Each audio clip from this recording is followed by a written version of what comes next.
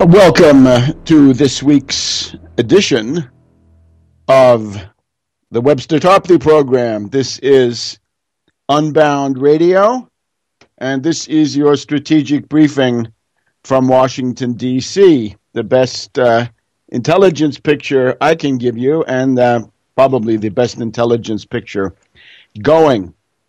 I'm just back from New York City.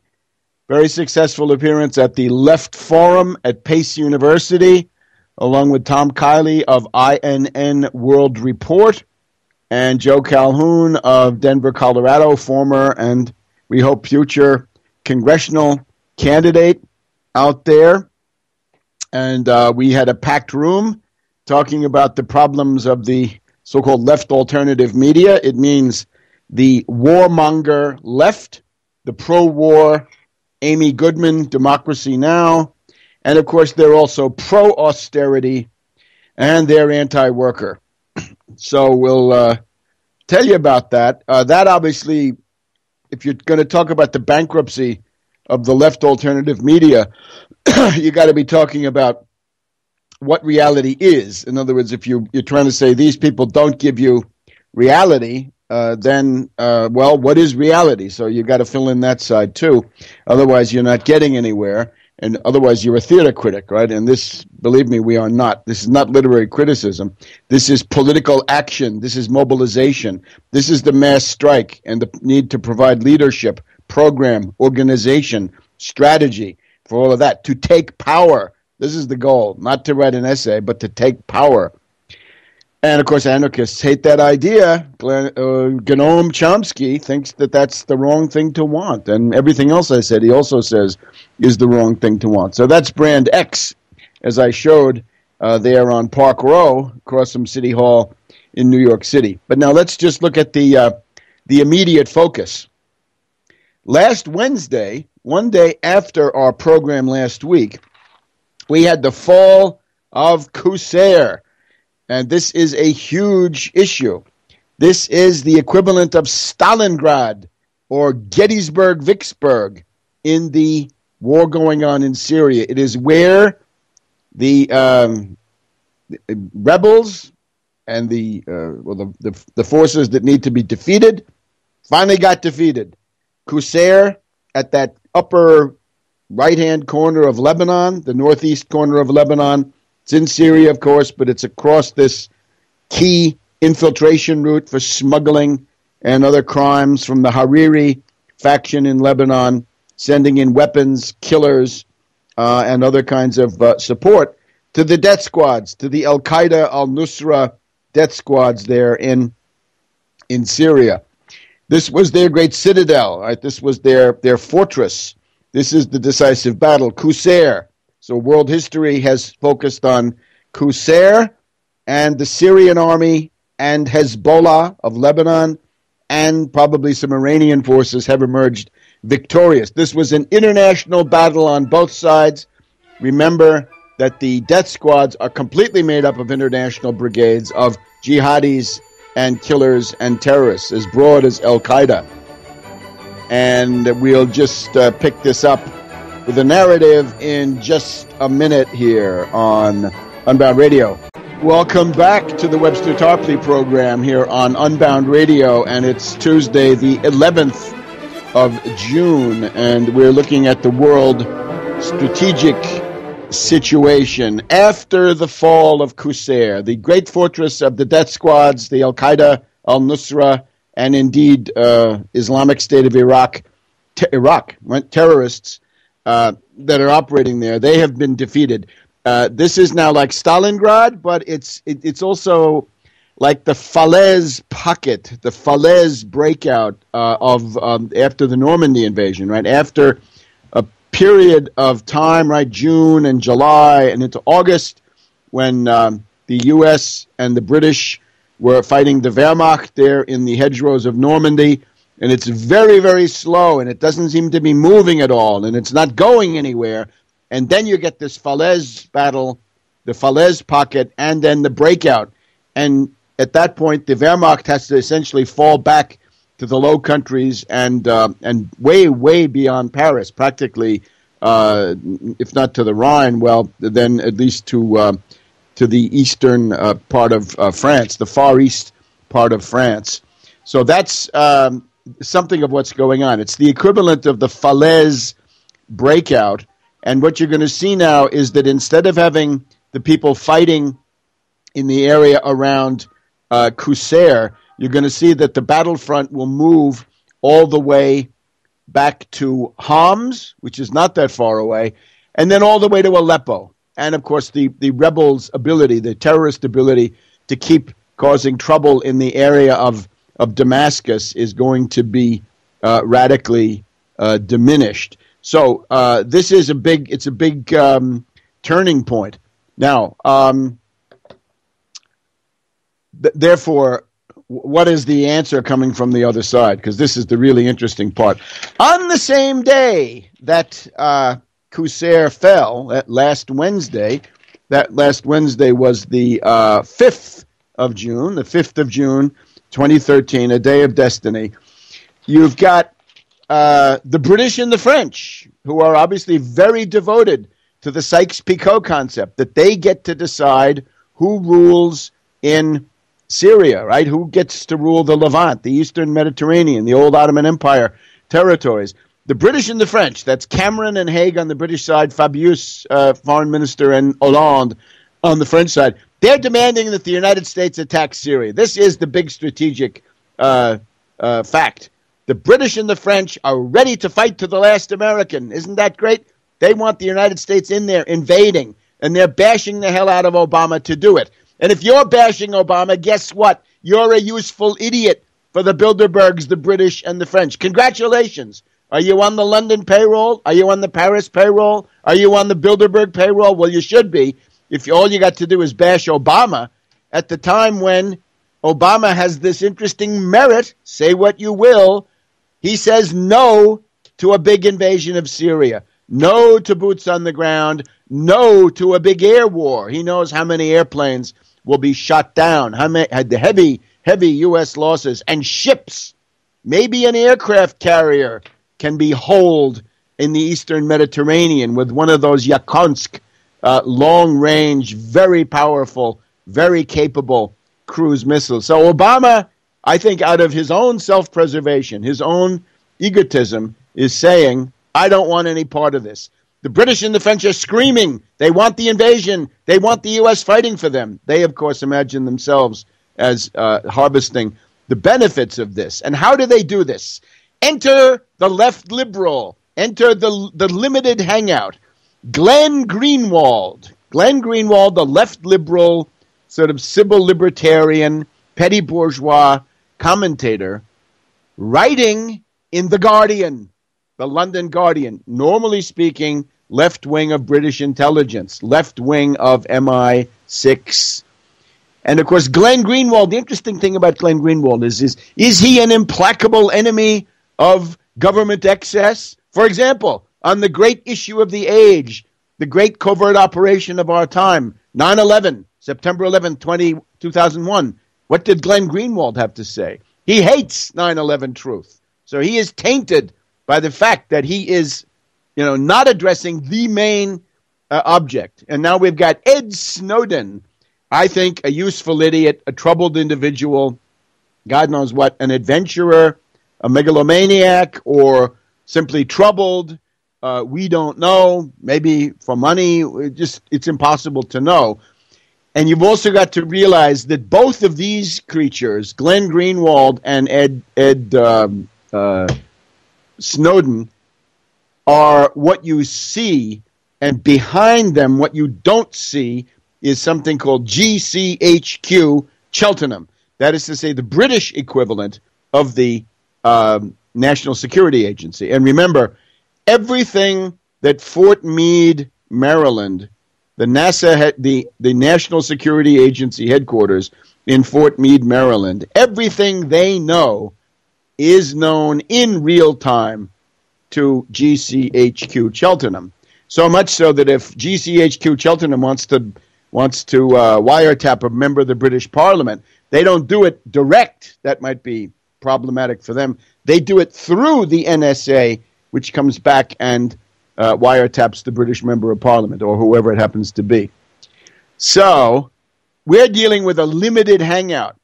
How can you tell it's a limited hangout? Well, one thing is it's old news. There's nothing new. Nothing new. Pentagon Papers, nothing new. If you'd been reading Le Monde in the 60s and 70s, you knew what was in the Pentagon Papers. You knew that and more. If you'd been reading Agence France Presse, you knew what was in the Pentagon Papers. And similarly, Assange, right? The other great example of this, right? Ellsberg, Assange, and now Ed Snowden. Assange, what does he tell us? He hates 9/11 truth also. He has nothing to say about the main scandal of the age. And instead, he tells you a bunch of scandals that hurt who? Well, remember, right? Gaddafi, Berlusconi, Putin, Maliki of Iraq, Karzai of Afghanistan, Kirchner of Argentina, and on and on and on. Everybody on the CIA hit list, everybody on the CIA enemies list gets slammed by WikiLeaks, but no U.S. politician, no Israeli politician, no British politician. I have to be vehement about this because left liberals are really stupid and right-wingers, reactionaries, libertarians, really, really dumb. They can't see the obvious stuff. And they're all salivating. The right-wingers are salivating. They're going to take down Obama. Wonderful. Let's see what you're going to get. You're going to get an attack on Syria. The British and the French are still screaming. They want that attack. And they have a powerful ally. John Forbes Kerry, Skull and Bones Kerry, and his State Department clique. This week at the White House, Obama will decide what to do about Syria. Now, Obama's desire, and again, call it what you will, Obama basically says, I don't want to do this. This is bad for me. It's bad for Obama. Fine, we'll take it. It is bad for Obama. So don't do it. But rather, what we have then is a lot of really stupid people, a lot of really ideologized, pathetic individuals, a wretched excuse for an opposition, who are piling on to Obama, weakening him and intimidating him to make it easier for the French and the British to get the attack they want. Can you understand this? It's time to mobilize against the war with Syria. We have a very interesting article from the New York Review of Books, a couple of maybe last week or the last issue. David Bromwich, professor at one of the English departments in the universities up there, and he says, advice to Obama, stay out of Syria. That's good advice for any reason, no matter how contorted or inaccurate the argument. Stay out of Syria, but out. If the French and the British are really so devoted to this cause, well, there it is. Go for it. But not the U.S. And I cite also Zbigniew Brzezinski, who argues precisely in these terms, that it's the French and the British who own the critical factions of these rebels, right? The French, well known that they have a lot of these lounge lizards of the Syrian National Coalition, right? The front men for the terrorists. And then the terrorists themselves are loyal to Saudi Arabia, to Qatar, to the United Arab Emirates, right? To the other reactionary, unspeakable, absolute monarchies of the Gulf. And a lot of those are sort of in the British orbit, so you get the idea.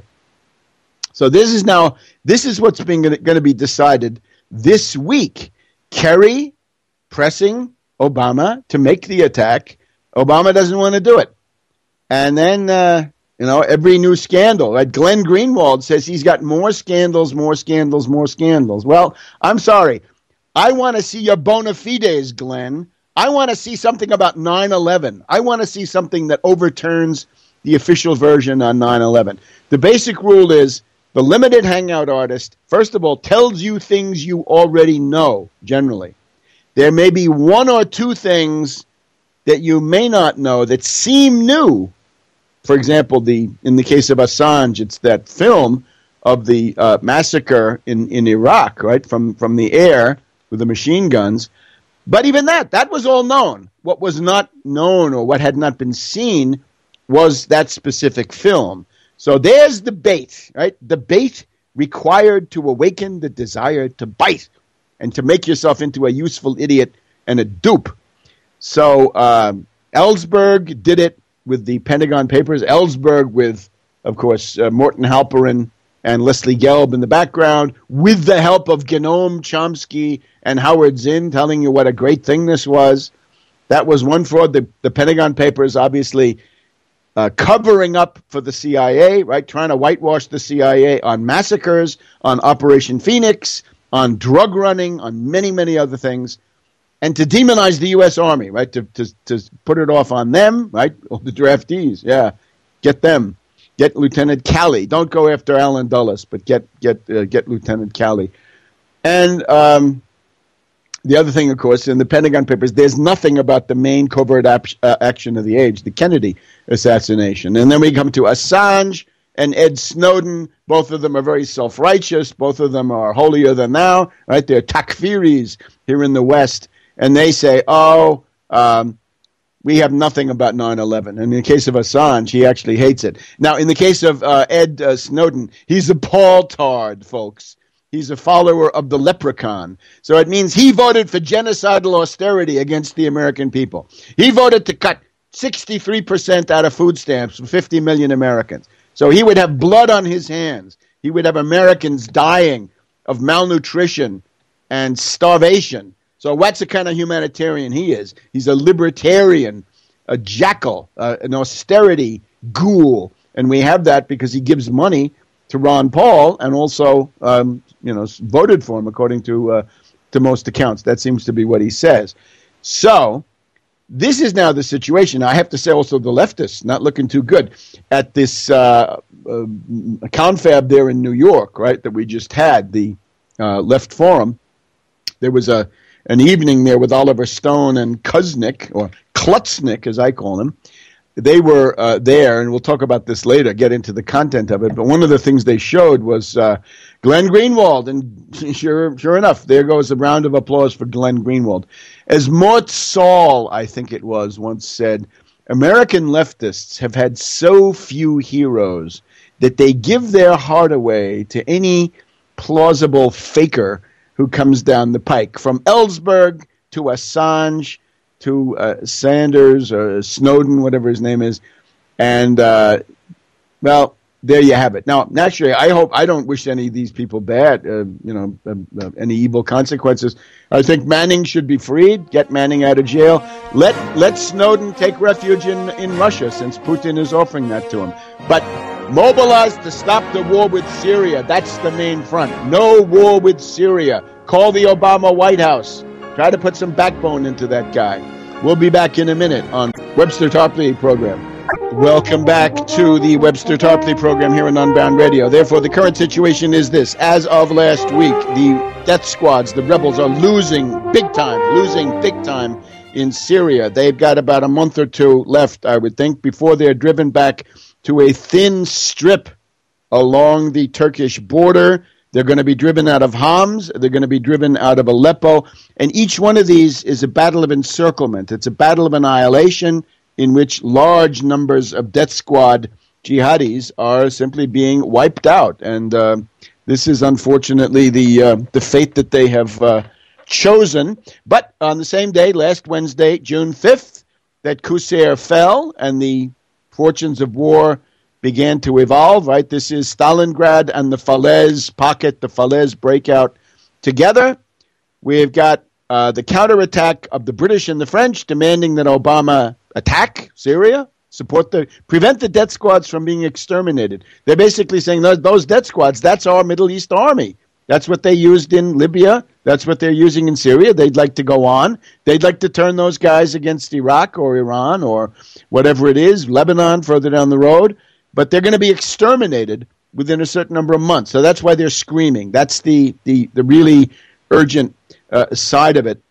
And, enter Glenn Greenwald, enemy of 9/11 truth and covering for U.S. covert operations. His sidekick, Ed Snowden. You got the London Guardian, British Intel in the back, GCHQ Cheltenham, giving them anything they need to know, letting them know where to, what leads to follow. And, of course, our dear libertarians, Pavlovian salivation on cue, and our left liberals, Pavlovian salivation on cue. What a disgusting panorama of suicidal stupidity. Let's take a look at the Bilderberg group. This is the irony again. We had this here last year at Chantilly, Virginia, but now we've had it in Watford. And it goes like this. You've got the Bilderberg with financiers like Peter Thiel, right, the financial angel for Ron Paul, and I'm sure for Rand Paul too eventually, on the inside, and then you get the so-called opposition on the outside. Now, my challenge to people who have been talking a lot about this, a lot of noise coming out, what is the issue? Is it simply the existence of Bilderberg? Is that the issue?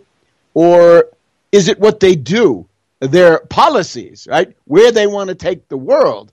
And as far as I could see, for a lot of these people, it's just the fact that they exist and to get that into the newspaper. That's not enough. I want to know what their policies are, and then I want to stop them. I want to fight them to a standstill on those policies. And, of course, this Obama thing, this leads the pack, right? Just when the British and the French want every useful idiot in the world to attack Obama for whatever reason, and they're trying to stoke this up with Glenn Greenwald and Snowden here, and the NSA scandals, right? The Verizon and Prism scandals, you know all about these. The Bilderberg protesters launch petition to impeach Obama. Just what we need. How about a petition to stop the war in Syria? How about a petition to Obama? You could do this. It's a good idea. You send it to Obama. You say, don't attack Syria, because if you do, we will throw you out of office. We will get you impeached. But if you stay away from these wars, this war in particular, then that will look different. Remember, let's get the scoreboard, right? There are a lot of drones, there's a lot of killing, a lot of invasions, a lot of other stuff. But Obama has ended the war in Iraq. Obama is ending the war in Afghanistan. Obama says he wants to repeal the authorization to use military force of September 2001. You know, the one little Ron Paul voted for. He was for the Afghanistan war before he was against it. And now Obama says no to the attack on Syria. Now, of course, Obama does a lot of terrible things, renditions, Guantanamo, drones, assassinations, special forces, killing scientists, all kinds of things. But there it is. There is no war with Syria yet. Don't you want to hold on to that fact? I'm going to hold on to it with both hands and with my teeth. And we've got to try to stop the attack on Syria. Obama can wait. Obama can wait. Ed Snowden can wait, right? The NSA can wait. The issue right now is no war with Syria. Mobilize on that or be damned. And we'll be back in a minute. Welcome back to the Webster Tarpley program. It's Tuesday, the 11th of June here in Washington, D.C. I'm wrapping up this Bilderberg. So again, we've got the Bilderberg going on inside with Thiel, the anarcho-capitalist, the predator young wolf, supporter of Ron Paul and Rand Paul. And the inside, and then on the outside, we've got the so-called protest. And the truly amazing thing is that what the Bilderberg most aggressive faction around Thiel wants seems to be pretty much what the opposition wants. And I say this to point to the fact it is not enough to denounce the existence, to expose the existence of the Bilderberg group. That's just elementary. But then you've got to find out what are their policies, and then you got to fight those policies and replace them with something better. The embarrassing thing for so many of the opposition is that as soon as they get into discussing what the Bilderberg policies are, many of them are the same. The most obvious policies are the same. Bilderberg wants Obama out, Petraeus in, the dictatorship of Petraeus. You're concerned about tyranny? Petraeus is the name of tyranny in our age, the focus of Bonapartist tendencies here in the United States. And the, I guess we can say, as in the ancient world, right? The cult of Apollo, maybe Delphi, the cult of Apollo at Delphi controls the cult of Dionysios. That's a good rule of thumb. Look to the cult of Apollo, the rich, the patricians, the families with money and position. The cult of Apollo controls the cult of Dionysios, right? The cult of Dionysios is the sort of scurrilous stuff that goes on in the streets. So on the inside, they're discussing Petraeus. They're discussing what I take to be the coup d'etat coming of General Petraeus. He's backed up by an entity, Kravis, and Gefeller. Henry Kravis, $4 to $5 billion. Marie-José Kravis, the Hudson Institute, first order, a think tank of the first magnitude, and Gefeller, ExxonMobil, State Department, and the rest of it. And, of course, I'm sure much more. Why not denounce Petraeus? And I don't mean denounce him for big data. I mean denounce him as somebody who's a Bonapartist and who tried last year to steal the election for Romney.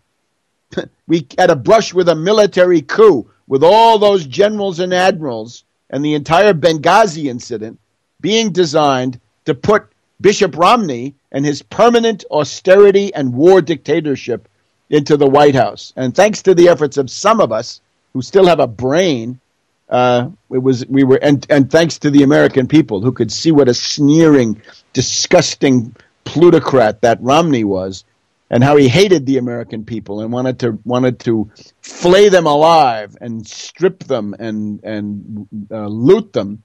There was a backlash against that, right? Especially in the black community and the Hispanics, right? Those communities that don't seem to get much attention from these anti-Bilderberg opposition types, at least the ones coming from the U.S., let's put it that way. And then we have austerity. On the inside, the Bilderberg people are saying, let's get killer cuts. We want genocidal austerity. We want to cut wages. We want to cut government services. We want to cut Medicare. We want to gouge food stamps and all these other essential programs that many people rely on to live. And outside, yeah, it's the same story. Down with big government, cut everything to the bone. Ron Paul's program to cut food stamps by 62 to 63%. On the inside, they hate the euro. They hate the euro because they've got to destroy the euro in order to save the dollar and the pound. And on the outside, we're being told that the euro is a Nazi plot. Well, the euro is what it is, and once you've got it, you could say this was not ideal, but it has roots that are far deeper, and it has reasons that are far more complex, and in many cases valid reasons, than would be obvious to somebody who has one document and wants to see the world through the keyhole of one document. That's called keyhole history. You can't do it. Monocausal explanations are almost always absolutely wrong. Oh, and then on the inside, they're discussing mini-states, micro-states, warlords, how to break up existing countries, right? They've done it in Serbia. They've done it in Sudan. They want to do that in Syria, Lebanon. They've done it in Iraq effectively. They want to go on to Iran and Pakistan and Turkey. And on the outside, we got the glorification of secessionism with the Kokesh fan club. So you get it? On Obama, on austerity, on the euro, on mini-states, micro-states, and other principal issues. There's really not a dime's worth of difference between the outside opposition and the Bilderberg plutocrats on the inside. And it just reminds you, the cult of Apollo controls the cult of Dionysios. The libertarians were created by David Rockefeller, who funded von Hayek and von Mises. And the Mount Pelerin Society, meeting at Vevey, Switzerland in, 47, 48, they are also key to putting Milton Friedman and his idiot version up there. All right, so we'll turn away from Bilderberg for the moment, but that Petraeus, that's what remains with us, the Petraeus issue. Oh, and maybe one other thing. You look at Beppe Grillo, for example, right? Darling of NATO, darling of the U.S. State Department, darling of the Goldman Sachs, and so forth. What's his method? Vulgarity, screaming, rage ball. This is not the method, right? Grillo says he got it from the movie Network. Remember that? Faye Dunaway, William Holden, and this other guy who was the TV demagogue. And I'm fed up, and I'm not going to take this anymore. So the explosion of sort of primal scream rage. This is not the right method. This is the wrong method. There has to be an appeal to reason. And when you see it in Grillo, you see the demagogue. You see the veneer of civilization wearing thin, and underneath that, the primal scream and other forms of irrationalism, quite frankly. You got to have a reasoned discourse. There has to be an appeal to reason and an appeal to enlightened self-interest, as well as an appeal to emotions in the form of righteous anger about what Wall Street and the City of London have done. All right, but now let's switch over to another very interesting topic, and that is the Saturday evening at the Left Forum in New York City. We had a presentation by the distinguished filmmaker, and at times he has done things of tremendous value, Oliver Stone, and a lesser figure, a historian, I think from American University, Philip Kuznick. And Kuznick, I'm afraid, has essentially dragged Oliver Stone away from his own much better instincts and exercised a baleful influence on this new 10-part sequence on Starz Network. Apparently they're up to 12 sequences now, and then they've got an 800-page book, and we'll look into that too. One of the obvious problem with this was this is a left forum, right? And they tell you during the course of the debate, they show you some film clips and so forth, and they say, all right, we want to make sure we get this all done because we want to leave plenty of time for discussion at the end. Plenty of time for discussion here at the Left Forum. So there's a microphone, and there's a guy, I'm up there. I think I'm number 3, and then I become number 2. And then they say, because they don't want to stand up anymore. So we get to the end of the program, and they say, okay, now it's question time. And then they look and they see there's a line of people at the microphone. And they said, oh, no, we didn't mean real questions from live people who can answer back and develop, the famous Platonic dialectic dialogue. No. We have questions on cards, which we're going to carefully screen and otherwise, essentially deprive of any edge, right? Now, these were all softball questions.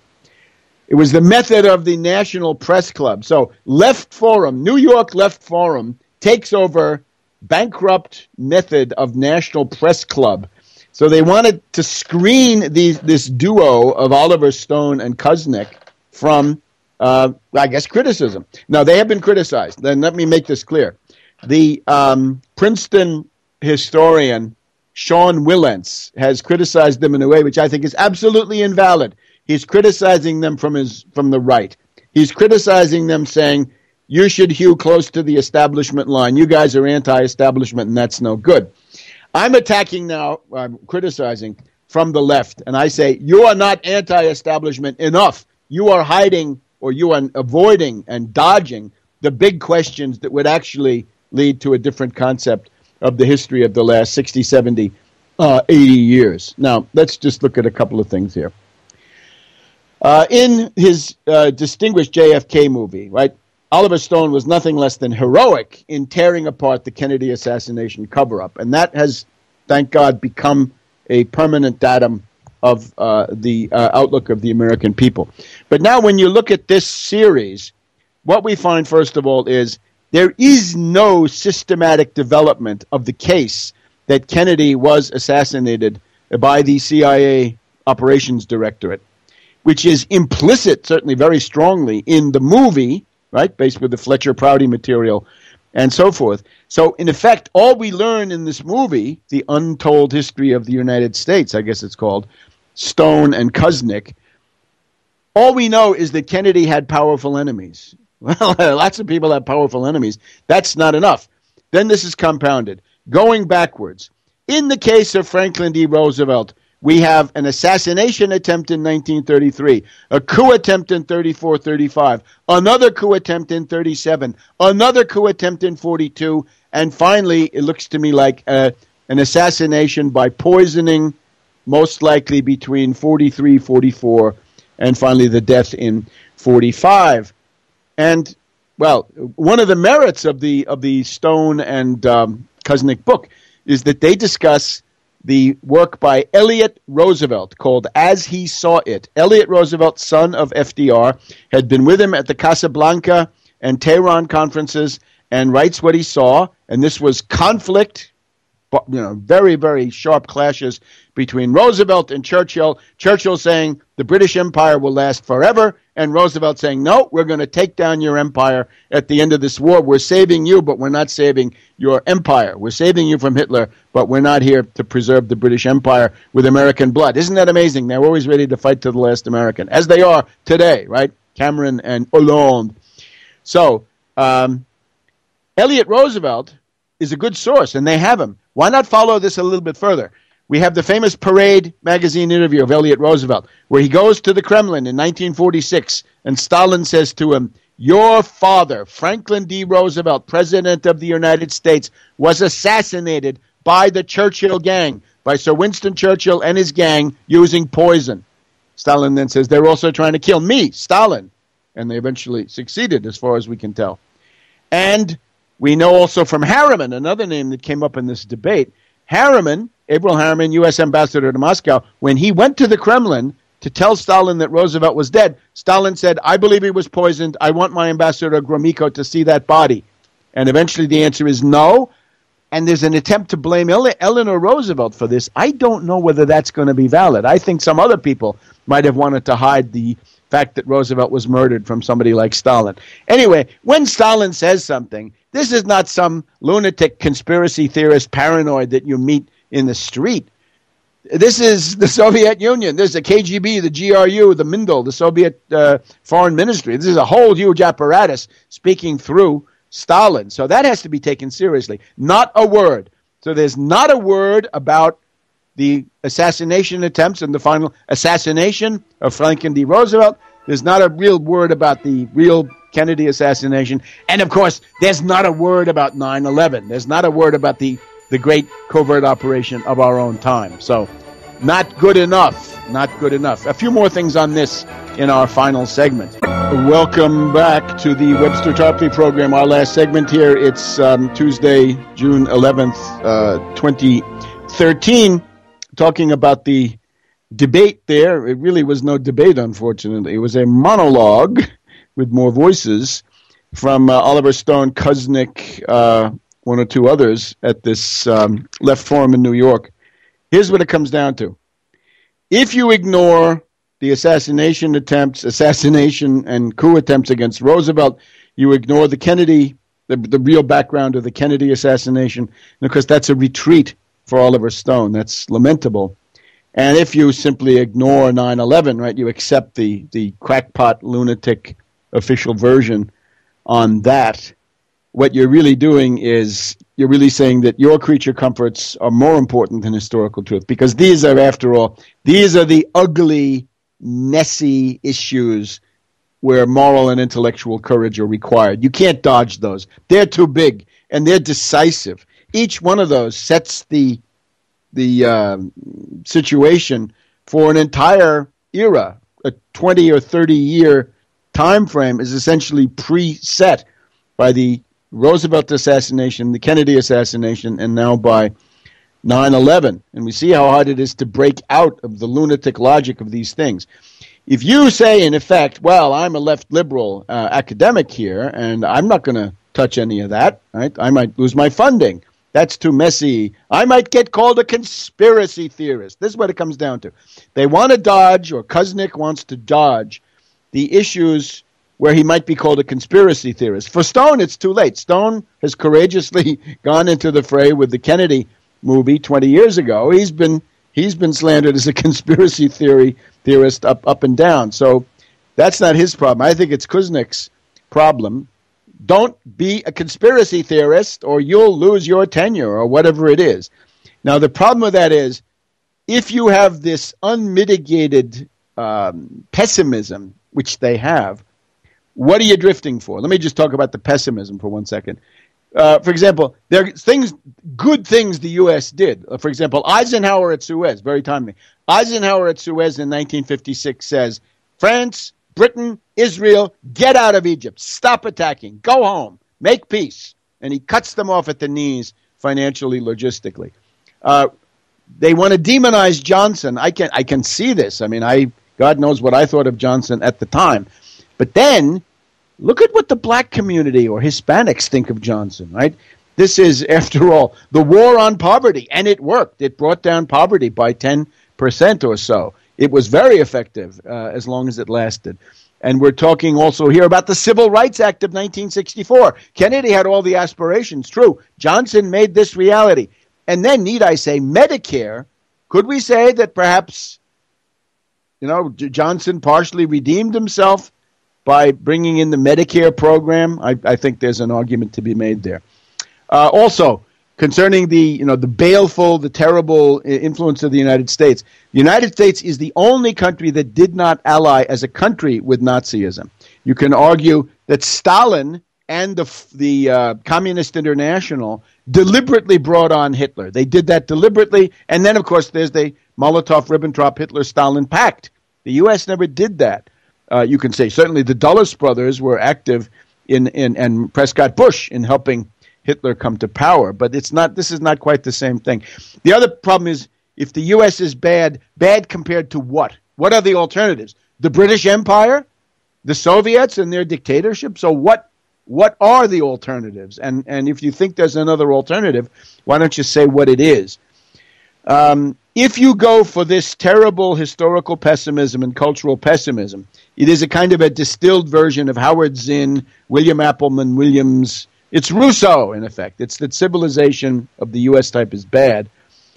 If you do that, and you're not willing to grapple with the dirty, dangerous, messy questions of the Roosevelt-Kennedy assassinations and 9/11, then I'm afraid you're leading either towards a generalized historical pessimism, that human existence is hopeless and that action is futile, which I think some people might conclude from this, or a collective guilt on the American people. And when it comes to collective guilt, we say no collective guilt, not for Germany, not for the United States, not for anybody.